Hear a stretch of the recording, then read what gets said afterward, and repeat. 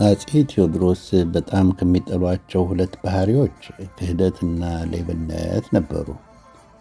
በቴዎድሮስ ዘመን ወንበዴነት ወይም ቀማኛነት፣ በተጨማሪም ነፍስ ማጥፋት በሚገባ ቁጥጥር ስር በመደረጉ በዚህ ረገድ አገሪቱ የአውሮፓ ሀገሮችን ትመስል ነበር። ይልቁንስ አመጽ በርከት ብሎ ይታይ ነበር ይላል ስተርን በመጽሐፉ።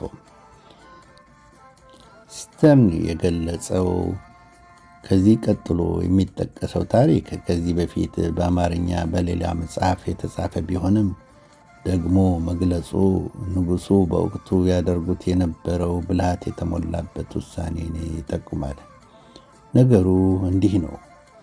በጣና ዙሪያ የሚኖሩ ዕድሜ ልካቸውን በሌብነት የሚተዳደሩ ሰዎች የንጉሡ ወታደሮች ከድሮ ጀምሮ የምንተዳደርበትን ሥራ እንዳንሰራ ድንበራችን አልፈው እየገቡብን ነው በማለት ተወካይ መርጠው ወደ አፄ ቴዎድሮስ ይልካሉ። ንጉሡም በሰዎቹ ድፍረት ቢገረሙም የመጀመሪያ ውሳኔያቸው የነበረው ሰዎቹን በመምከር ሌብነቱ ይቅርባችሁ፣ ይልቁንስ አርሳችሁ ብሉ በማለት ለእያንዳንዳቸው በሬና በርከት ያሉ ላሞች እንዲሰጣቸው ያደርጋሉ።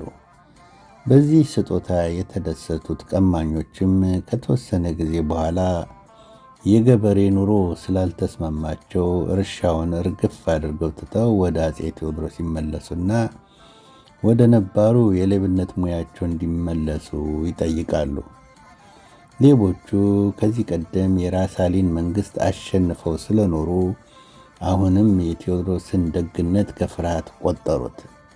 አፄ ቴዎድሮስም ምንም ሳይሉ በፈገግታ የግብርና ኑሮ ያልተስማማችሁ መሆኑ የሁሉም ውሳኔ ከሆነ ሁሉም ሰው አንድ ሳይቀር እኔ ፊት ቀርቦ ድንበራችሁ እንዲከለል ይሆናል ብለው ተወካዮችን መልሰው ላኳቸው።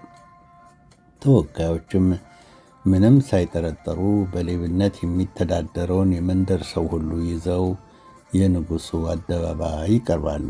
በዚህ ጊዜ ግን ቴዎድሮስ እንደ ፊተኛው በፈገግታ ሳይሆን ኮስተር ባለ ሁኔታ ነበር የተቀበሏቸው።